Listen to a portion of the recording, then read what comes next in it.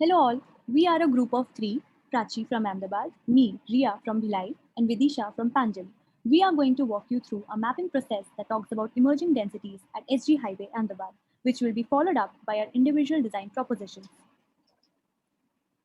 This is a story in the times of COVID-19. Let's start from the beginning of a warm winter morning. We as a class were introduced to a site called SG Highway, uncovering, mapping, and articulating every observation on our way. Started together by forming a group.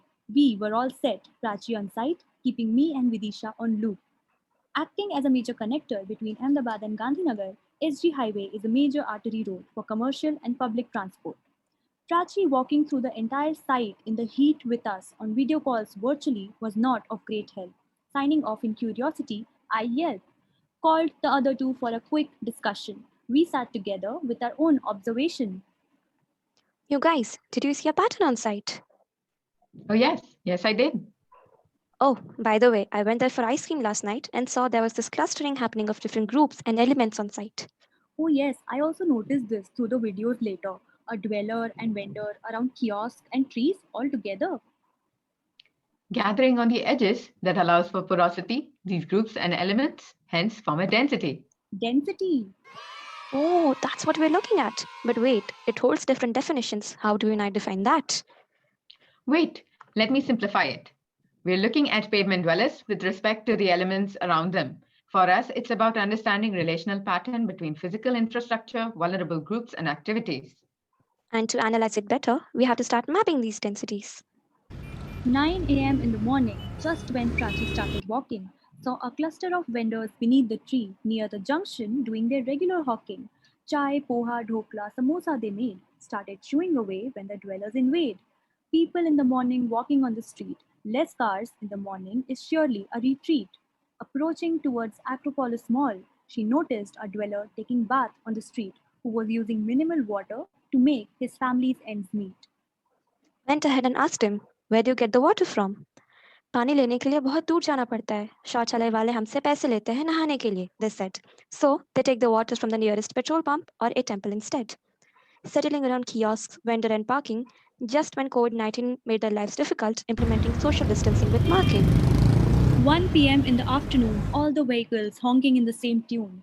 Going through the photos of Pakwan Junction, I saw 5 kids selling balloon on the street, and intrigued, I called Prachi to go for a conversation. Hi, where do you all live? I asked. Here, this is our home, they said, all unmasked. While our parents are gone for work, we take the street as our own park, they smirked. Nowhere else we have for us to play, as this highway is filled with vehicles and people throughout the day. I noticed in a distance was standing near the kiosk a pani puri and tea vendor, both with a mask. Starting with when the vendors come in, people start to gather around and they need parking. When the open patch fills up, they start to occupy the streets, filled up with vehicles and people who are there for leisure and to eat. Out of all the location, there is a reason to choose this space. After all, these kiosks act as urban magnets in this space, providing indirect livelihood support for the dwellers, attracting people, and increasing economic opportunities for the vendors. Now you see why the site is rich in density. There is always a factor of dependence where there's so much diversity. Not enough flights at 7 at Sidus Junction in the evening. Noise of the honks and sellers bargaining. As I was trying to cross the highway, I was scared of getting hit, as it becomes a dangerous place for adults, let alone for the kids. The silence of the society stretches only to the secluded streets. The highway at this time is running at an immense speed. No place to walk or stay, vehicles filled up all along the way. More drawn towards the kiosk and the junction, begging, selling, vending. That's how the space here functions. Coming back to our regular virtual escape, we three held on to the question of what captured us the most. Drawing parallels from the visits, discussions, and conversations, we recalled the entire information. Under the dimly lit streetlight near the Shiv temple was residing a family of dweller, men, women, children who had set up here their temporary shelter. As I connected with Prachi to ask what do they fall in shortage of for their survival, They manage everything else, except for their kids' education revival. They don't have a place to play, to grow, to educate, and learn. Their lives are getting trapped on the streets and unexpected turns. Homes are not exactly houses for everyone. Streets are not just recreational and commute space for everyone. The adults can still earn a month's wage to fall back on and go through the monotony of these morrows. The children, however, needs to be nurtured and prepare themselves for a better tomorrow. We are considering kids as the most vulnerable group on site. Therefore, it is important to understand their activities in the morning, evening, and night. In the entire stretch of the site, we have identified certain locations where children were spotted, hence dividing it into three parts to further understand the dynamics of the space usage and activities the kids are involved in. Part 1 is the stretch from Zydus Junction to Underpass. Let us here understand the distribution of building use. Majority of the build is residential with the front plot occupied by corporate and commercial. The major landmark here is Zydus Hospital. Having observed groups of kids in this particular area, we are zooming in to understand their activities. Mornings here are spent in regular activities, cooking, bathing, and fetching water liabilities. Afternoons are for naps, chats, and procuring food. Evenings begin with kids playing and being excited for dinner, and later loitering around Halfmore in the hope for leftover food before going off to sleep. Part 2 is the stretch from underpass to Shiv Temple. Towards the left side of the highway, the plots consists of educational buildings along with one wildlife care building. It consists of mixed-use buildings as well as showrooms or shops in the ground floor and residential on the top floors. Three of the major landmarks on this stretch are the Acropolis Mall, Torrent Power Station, and Guru Gobind Dham Gurdwara. Having observed groups of kids in this particular area, we are zooming in to understand their activities. The same usual morning routine of bathing their kids on street, washing clothes, and cooking is observed here. Afternoons are for naps, children being scolded for pooping around sleeping areas, while the girls clean the surrounding. Evenings begin with children playing, while some customers from nearby kiosks give them the leftover food. They eat and go to sleep. Part 3 is the stretch from Shiv Temple to Pakwan Junction. As we begin the patch, there are mixed use buildings with shop in the first and ground floor and residential on top. As we move towards the junction, there are commercial buildings with shops and offices on either side of the highway.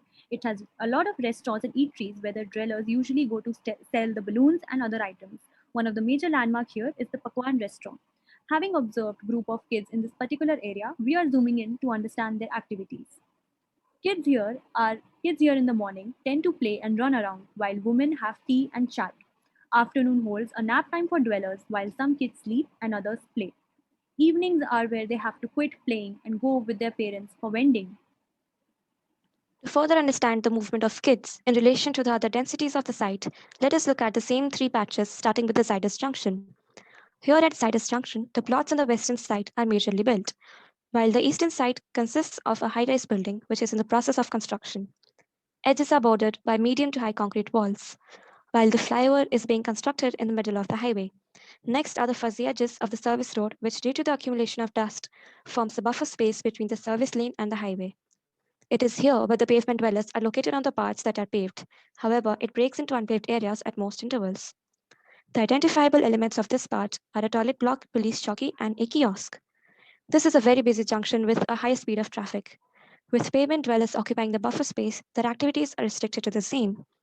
We can, however, see the movement of boys on the service lanes and close to the traffic. One sees the children actively moving within the buffer space as well as crossing the road and going under the flyover.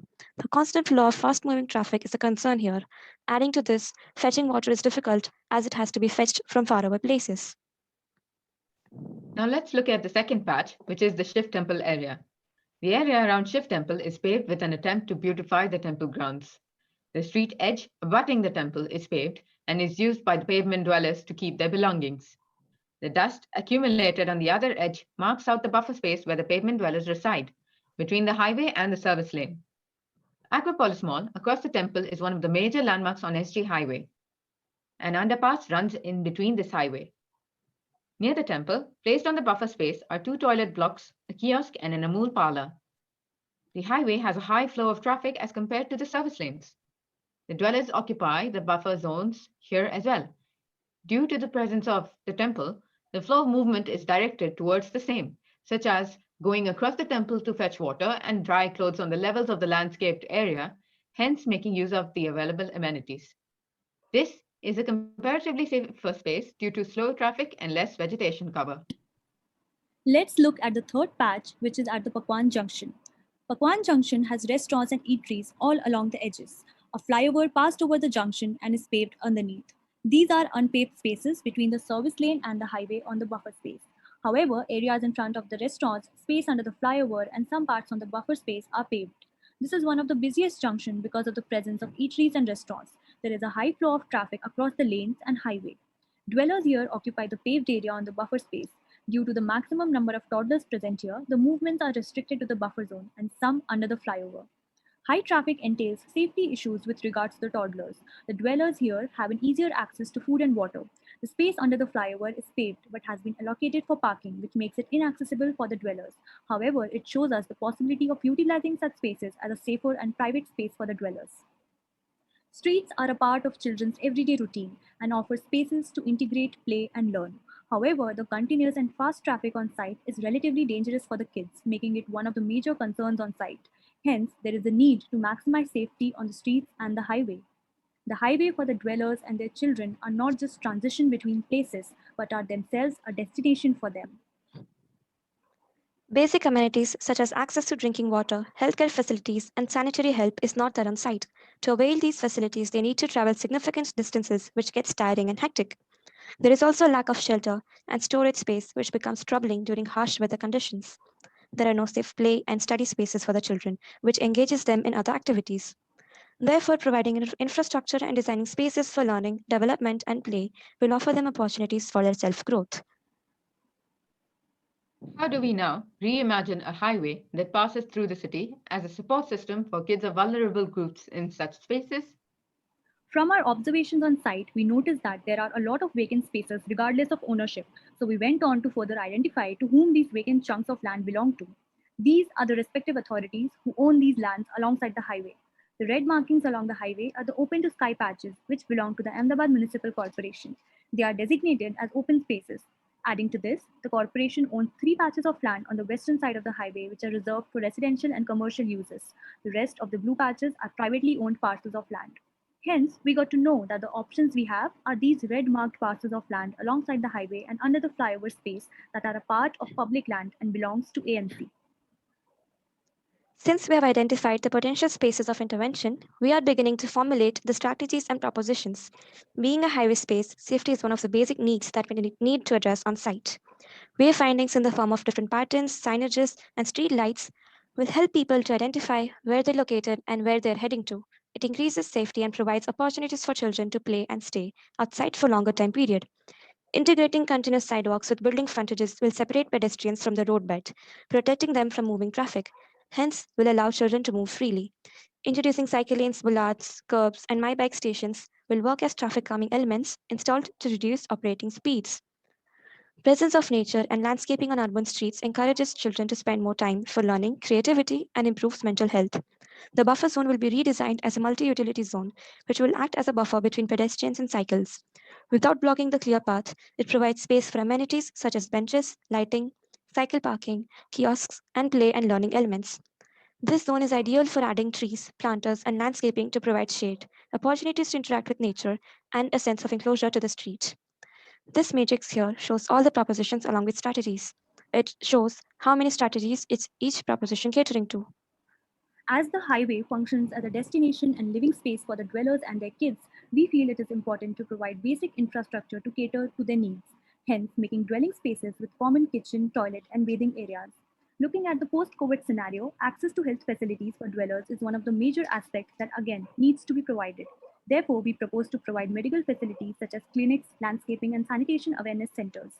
A street furniture zone has been defined to accommodate pause spaces integrated with play areas, reprogramming transit stops to improve the condition of the area, and assigning vending areas in the multi-utility zone to organize the space and find opportunities for more activities. Streets provide opportunities to bring learning and play in children's everyday lives. Therefore, providing workshop spaces to encourage skill based learning like embroidery, stitching, grooming, etc., and study spaces with basic required infrastructure will help in overall development of children. Providing conveniently available trash cans to help maintain a clean and healthy environment. Drinking fountains will provide dwellers and passers-by with potable water to ensure an essential water source. There will be common washing areas for the dwellers. Therefore, the matrix here shows all the propositions with strategies along with the location of where they will be on site. It also shows how many strategies is each proposition catering to. To begin with our master plan, We have first marked out all the major landmarks on the site, which are Pakwan Restaurant, Guru Gobind Dham Gurudwara, Acropolis Mall, and Zydus Hospital. COVID-19 has brought about the need for physical distancing while moving through the city. Cities around the world are beginning to respond by transforming streets for walking and cycling to ensure safe mobility during COVID-19. Hence, we are providing integrated sidewalks along with building frontages and cycle lanes across the site. The pandemic has also outlined the importance of open public urban space for recreation, mental health, and to enhance the livability of a city. By placing health recovery at the core of our intervention, we have added vegetation buffers under the flyover and along multi-utility zones. The existing locations of the dwellers are near Pakwan Junction under the flyover, in front of Shiv Temple, and near Zydus Junction. Hence, we are proposing to use the spaces under the flyover and multi-utility zones to make dwelling spaces, which will be in the form of night shelters. At the times of COVID-19, being able to access the health facility is the basic need that we need to cater to. Hence, making healthcare centers at a distance of 800 meters to 1 kilometer from each other that will help the dwellers in case of any clinical or medical help. Being at home brings us to the understanding of being able to develop our skills to make an earning out of it. However, the kids here do not have such facilities. Therefore, we are proposing for the setup of skill-based learning centers for kids and teens to nurture their skills. Providing my bike stations at certain locations acts as traffic calming strategy and making the street more pedestrian friendly. Drinking fountains are located at a distance of every 300 meters. These will facilitate the users as a source of potable water, hence making it easier for the dwellers to avail the drinking water facilities. These marked here are the location of kiosks, which act as urban magnets in the space, as mentioned earlier in the mapping process. It is these kiosks that attract people who ultimately park in the area, hence allocating parking on the multi-utility zone near the kiosks. On the basis of the existing locations of the vendors, we have allotted vending zones for them as well. These are the pause and play spaces on the multi-utility zones. Seating, nooks, plazas will offer opportunities for the same. At the major junction marked here, signages are placed for people to orient themselves, to help people identify where they are and help them to get to where they want to go. Thus, the master plan has been drawn out, keeping in mind the post-COVID scenario and movement patterns of children along with the other emerging densities. After the master planning, we are now moving ahead with detailing out a selected sites for intervention, starting with the design proposition for Pakwan Junction. This patch here is of 200 meters by 250 meters, which I chose to further detail out the design strategies for. Due to the presence of eateries and restaurants, this remains as one of the busiest junctions. These amenities here creates an opportunity for dwellers to sell balloons and other items to earn a living. The children here are majorly toddlers of age between 0 to 10 years, and they don't have a safe place to play, study, or grow, which is a concerning issue. Also, due to the continuous flow of traffic, there is a lot of noise and pollution that is present in the area, which hampers the learning and growth of children, especially below the age of 10. Hence, I have selected the site as a part to develop a design strategy. Based on the conclusion of vacant lands mapping, here I have the space under the flyover and buffer zones for design proposition. Under the flyover, space includes provision of shelter, community space, healthcare center, skill-based learning center, recreational space, playground. These are the multi-utility zones which will be designed for the people, hence giving back the space to the city, providing cycle lanes across for better connectivity.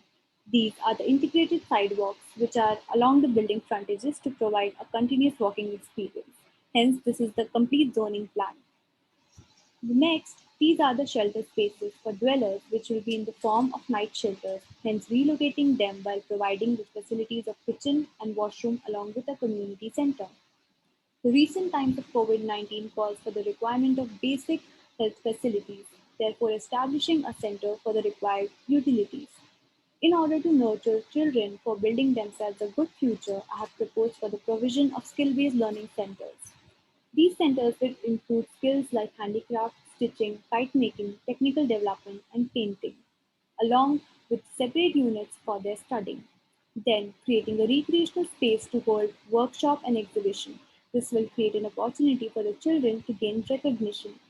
The kids and teens need space to play, hence providing a playground and connecting the programs through pedestrian walkway. Integrating sidewalks with a building frontage for a continuous walking experience, introducing cycle lanes and traffic calming elements to maximize safety for pedestrians. The kiosk act as an urban magnet here, which increases the footfall and flow of vehicle, hence providing parking such that the distance is reachable. Providing a vending zone here along with the water facility and the vegetation buffer provided along with the edge will allow for a visual buffer and environmental stability. Therefore, this is the overall plan. To understand the program and elements closely, we'll now zoom into 7 areas, beginning with the first as marked here of the shelter space. The high vegetation buffer provided here allows for making a more private space from the running highway on both sides. The central community space holds up spillover activities such as cooking, kids playing, washing clothes in the chalkly provided outside the washroom, hosting social gatherings, celebration, and events. The shelter spaces vary from 25 to 30 meters in length and are 8-meter wide. It can accommodate 40 to 50 families, providing 3 square meters each person. The common kitchen is of 10 meters by 7 meters wide, which will have storage and basic facilities for cooking. The washroom is of 10 meters by 12 meters, which has facilities of toilet and bathing areas for women and men. And this is how the space is being used. The second condition is of the healthcare center area. The build is of 90 square meter, which will have a clinic, regular checkup area, emergency ward, childcare center, and help desk. The open space is provided to set up various activities like sanitary napkin distribution for the women and setting up of health awareness camps. Keeping in mind the time of COVID-19, the space can be used to set up vaccination camps and testing booths, hence providing a quick access to the medical facilities. The third condition is of the multi-utility zone, which is next to the previous described spaces. The space here is proposed as an open space with high vegetation plantation along the side that faces the highway. COVID-19 has surely taken a toll on our spaces and livelihood, and such circumstances encourage more open and green spaces in the city where social distancing can take place better. In such a situation, the space has the flexibility for people to use for running and jogging. Along with it, there will be provisions for sanitation points along the sidewalks and multi-utility zones. And this is how the spaces are being used, formed along with the multi-utility zone. Between the service lane and the multi-utility zone is the cycle lane. Keeping in mind the climate of Ahmedabad, encouraging more greenery will help keep the temperature comparatively less and will reduce pollution level as well. Along with this, providing oatlas around the trees with dense foliage, hence keeping the character of the city intact. The next condition is on the other side of the flyover. A space for play is proposed understanding the need of a play area for kids. It is designed such that it has a continuous trail with variations in height that will provide for the place of equipment on the surface itself. The space is for kids as their play space along with level seating provided along the edge for the elders to sit. Suspension of swings, painted games, and space around it will allow kids to utilize the area according to their needs, and this is how the space is visualized. The fifth condition is of the skill-based learning center and recreational area. There are 3 units of each study space and skill-based learning center. The study spaces will act as a classroom or self-study area for kids and teens, along with a central open space for the possibility of conducting outdoor workshops and activities such as playing. The recreational space outside the area will be used as an open space capable of holding larger events and activities such as an exhibition setup of work that will be done or learned by the children in these learning areas. During the times of emergency, the space here can be used for providing bed facilities for the COVID affected patients. The skill based learning centers are 18 by 6 meter wide and the study spaces are 10 by 5 meter wide. And this is the central open space. And this is how the space is visualized. The sixth situation is of the multi-utility zone next to the above defined space. High dense vegetation is provided along the highway. From the observations on site and proposition of vegetation, the area becomes shady at night due to the foliage of trees. Hence, to ensure safety and provide lighting, these colored canopies are installed whose edges will be light up through LED light strips. During the day, these will act as a shading element, and through the night, it will light up the multi utility zone, hence allowing for activities to happen. This is allocated as a vending zone due to the presence of vendors on this edge of the site. Adding water facility in the form of drinking water taps are provided here, keeping in mind the need of vendors. These will be These will be differently colored canopies that are placed on the multi-utility zone. And it will be in such a manner that along with providing a shade and lighting, these will give a different character to the space. And this is how the space here is being proposed. The last condition is of the area near the kiosk. Since kiosks play an important role in the context of SG Highway by attracting people, there is a need of parking. And to cater that, I've provided parking on both sides of the kiosk. This part is added as a spillover space of kiosk by providing a level seating where people can sit and eat. The space around can be used for hosting open mix and other events. And this is how the space here is being proposed and is visualized. This is how all the elements and programs will come together to form an urban space in SG Highway. The multi-utility zones will cater largely to the general public and the city as a green open space, whereas the under flyover space will be utilized by dwellers and their children to avail the given amenities.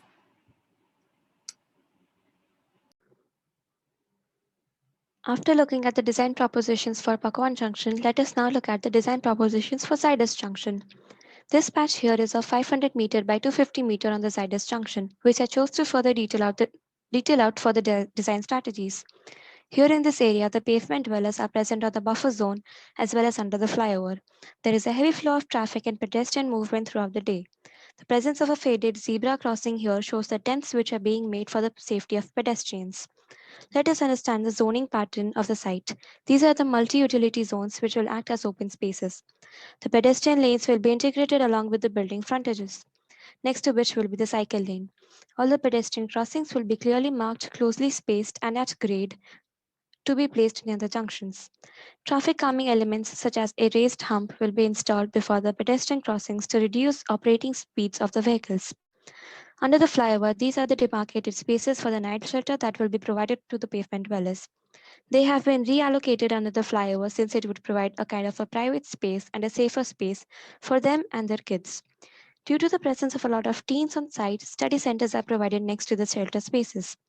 In order to sustain themselves in future, it is important to nurture skill-based learning amongst the kids, hence providing the same here.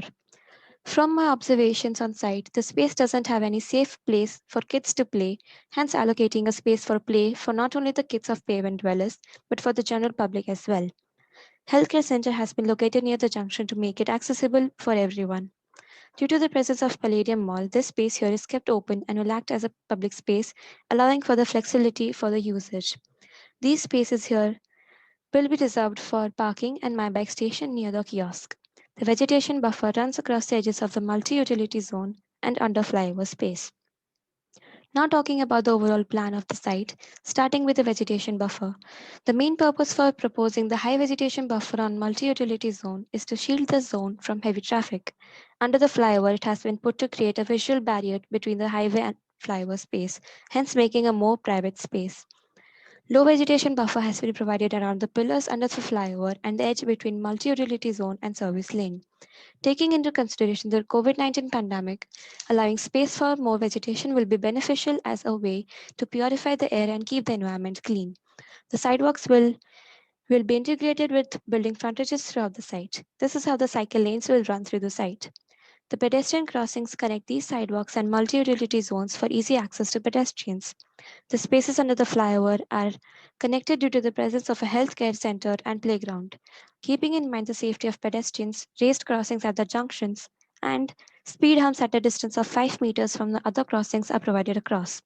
Service lanes have been narrowed down by reclaiming unpaved areas on the edges of the road in the sidewalks and MUZ. The multi-utility zones are redesigned in such a way that it goes parallel to the highway, providing a continuous thoroughfare. The central part of the junction has been made into a pedestrian refuge island, which can also be used by traffic policemen. Along the sidewalks, more pedestrian movement is observed, hence adding elements for shade such as trees and safer crossings will provide shade and comfort to pedestrians during summers. Let us now look at the densities that have been mapped earlier and locating them on the design propositions. According to the current locations of vendors, vending zones are allocated near attractors such as kiosks, police jockey, Amul parlor, and eateries. Parking is proposed near the vending zones, kiosk, and in front of the eateries. So to understand the design, the site has been divided into 8 parts, starting with the healthcare center. The healthcare center will provide for consulting, basic facilities, and medical checkups. The healthcare center here is placed at such locations so that it can be used by others as well and not just pavement dwellers. Enough space around this area is kept open so that it can be treated as a waiting area, and if required, medical campaigns or awareness drives for pavement dwellers can be accommodated. The rest of the area has been left open for pedestrian movement with seating facilities provided, which acts as a pause space. In the current scenario of the pandemic, the open space can be utilized for vaccination drives and to set up testing booths. The tables can be arranged temporarily, and the open space around the healthcare unit can be used to store different required equipment. Now, zooming into the public space on the other side of the flyover. Table seating will allow people to spend leisure time and allow them to consume the takeaways from the kiosk, vendors, or nearby eateries. Rest of the space is kept open in order to have the flexibility of hosting any city-wide events such as art competitions, dance workshops, etc. Considering the COVID scenario, this space can function to host vaccination drives, testing booths, and waiting areas as an extension to healthcare needs of the site. The level seating will create an opportunity for the medical staff to store their kits and make a setup for checkups. The seating can be used as a waiting area, maintaining the social distance. Now zooming into the play spaces and the study center. The playground is divided into two parts. The first consists of all equipment for the children to play, and the second one will simply be an open space to accommodate the games they play themselves. The skill-based learning centers will provide for learning skills such as handcraft, stitching, sewing, electrician, plumbing, grooming, technology-related knowledge, etc. for the teenage boys and girls who want to start earning as well as the adults who are interested in it. An inquiry desk will be provided for the same for anyone who wishes to know about the whereabouts of what happens in the space. The open space provided in front of these will act as a spillover space. The open gallery next to it will allow for activities to happen on a larger scale, such as exhibiting the products made here or a flea market. Seating provided in the play space can be accessed by the guardians who bring their kids to play here. In these scale based learning centers, the area of each unit is 80 square meters, which will accommodate around 15 to 20 kids. In order to create a visual porous barrier, a soft boundary using the vegetation has been provided here. The gallery space here is connected across the pedestrian through the pedestrian crossings. Level differences being created here between the two spaces instead of a physical boundary. Now looking at the study spaces and the shelter area. Here in this space, 6 units have been provided, keeping in mind the future expansion in the number of kids. The open space in front of these will act as a spillover space catering to activities such as art workshops, midday meals, career counseling, etc. The shelter space here is arranged in a C shape to form a central community space which would cater to activities such as gathering and can be used by the kids and toddlers as their own little play space. Toilets are provided here with bathing facilities for men and women. Next to it is an open washing area where women will wash and small kids can also be bathed and can also be used to dry clothes. This is the common kitchen for dwellers, the space in front of which is kept open for a possibility of an open cooking system. In these spaces, each unit is of 50 square meters, which can accommodate around 15 students. A soft boundary is made between the pathway and the open space to create a visually porous boundary. The width of the pathway decreases as one approaches to a more private area of the flyover. The shelter here will be in the form of night shelters. The space here is of 300 square meters in total, provided for dwelling. The height has been kept at 5 meters to give a sense of a larger volume since it is located under a flyover. In case of more increase in the number of dwellers, bunk beds can also be used. Looking at the COVID scenario, these shelters will be very useful space for migrant workers to stay while maintaining social distancing and following all protocols. Here, a terrace has been provided on the top of the washing area, which can be used to dry clothes. A pedestrian thoroughfare is made here to connect the shelter space to the other spaces, while maintaining the privacy of the space by providing it with a railing and a gate. Moving on to the multi-utility zone, four typical conditions have been identified and detailed out. The first one is the space near the kiosk. The space by the kiosk, the space around the kiosk has been demarcated for the customers to stand and order. Space around has been left open to put chairs and tables for the customers. Hotels are provided along the existing trees. These bike stations are set up here, integrated with cycle lanes near kiosks. Along this, parking has been provided for the customers. Stepped seating integrated with Otlas on the edge between highway lane and the MUZ has been provided near the vending zone to create a visual barrier between the high speed flowing traffic highway and the MUZ. This is how the space is visualized. Now moving towards the other part of the multi-utility zone. From the master plan guidelines, play and pause spaces are added on the multi-utility zones. Small play and exercise equipment have been provided for people who come to jog and walk in the morning as well as night. To tackle the issue of lighting on SG highway, the street lights are provided on the sidewalk at a distance of 20 meters and lamps are provided on the MUZ at a distance of every 10 to 15 meters. To create pause spaces, seatings are provided on the areas where the MUZ intersects with the pedestrian crossings. This is how the space will function. Now moving on to the area near the smart toilet. The space here along the toilet has been demarcated and relocated facing towards the service lane. Vending zone has been provided due to the presence of vendors in that area, along with required parking. Here, the stepped seating is integrated with the OTLA around the vending zone.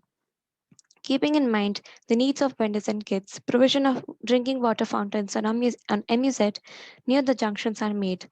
A part of the water fountain has been kept at a height suitable for kids. Keeping the elements from the heritage city, a chabutra has been provided for the birds, which might be attracted to the space due to the increased vegetation on the MUZ. This is how the space will function. Now let's see the area towards the police chowki and the Amul parlor. This is the area of the police chowki that has been demarcated using a different kind of pattern on the floor. The area around Amul parlor has been demarcated using a level difference for the customers. Vending zone is provided alongside this. The water fountains placed here can be used by commuters, vendors, and the policemen as well. Keeping in mind the weather condition of monsoons, shade has been provided for vendors. This is how the space has been visualized. This is how the elements and the programs of the design come together to formulate a space like this on the Sidus Junction. A space like this will provide for a better and healthy environment for the kids as well as for the adults. This will help in addressing the issues and creating opportunities to extend help for the current pandemic situation as well.